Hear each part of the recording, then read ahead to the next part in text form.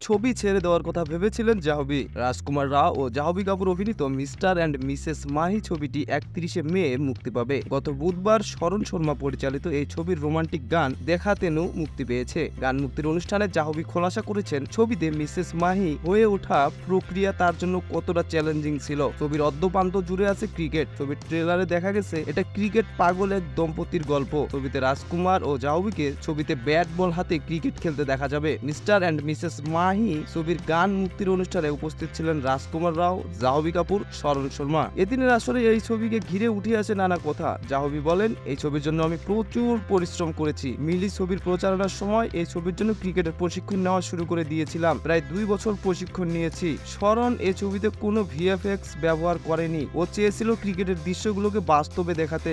শরণ চেয়েছিল পর্দায় যেন আমাকে প্রকৃত ক্রিকেটারের মতো দেখতে লাগে। প্রস্তুতির চ্যালেঞ্জ নিয়ে জাহ্নবী আরো বলেন, ট্রেনিং এর সময় আমি অনেক চোট পেয়েছি। আমার 2 কাঁধের হাড় সরে গিয়েছিল। এতটাই কষ্ট হয়েছিল যে জাহ্নবী মাঝে মধ্যে ভাবতেন ছবিটি ছেড়ে দেবেন। এর প্রসঙ্গে অভিনেত্রী বলেন, অনেকবার এমন হয়েছে যখন আমার শরীর হার মেনে নিয়েছে, মনে হয়েছে আমাকে দিয়ে আর সম্ভব নয়, কিন্তু পরিচালকের চোখে মুখে আত্মবিশ্বাস ও আবেগ দেখে সাহস পেয়েছি। অনেক সময় পরিচালকের উপর বিরক্তি প্রকাশ করেছি। আমাদের মধ্যে ঝগড়াও হয়েছে, কিন্তু আজ আমরা একটা পুরো দল হিসাবে একসঙ্গে আছি। আমার বিশ্বাস যে দর্শক ছবিটি পছন্দ করবেন। অনুষ্ঠানে পরিচালক শরণ শর্মাও জানান যে ছবিটি নির্মাণের পেছনের অন্যতম বড় কারণ ক্রিকেটার মহেন্দ্র সিং ধোনি। জাহ্নবী ছবিটি ধোনিকে দেখাতে চান। ধোনি প্রসঙ্গে অভিনেত্রী উচ্ছ্বাস প্রকাশ করে বলেন, ধোনি শুধু বড় ক্রিকেটার নন, মানুষ হিসেবেও দুর্দান্ত। সম্প্রতি এক অনুষ্ঠানে তার সঙ্গে দেখা হয়েছিল। তখন দেখেছিলাম ধোনির সঙ্গে যারা যারা সেলফি নিচ্ছিলেন তিনি তাদের সঙ্গে ছবি তোলার পাশাপাশি কথাও বলেছিলেন। জাহ্নবী আরো বলেন, আমি শুধু নই, সবাই ধোনির বড় ভক্ত।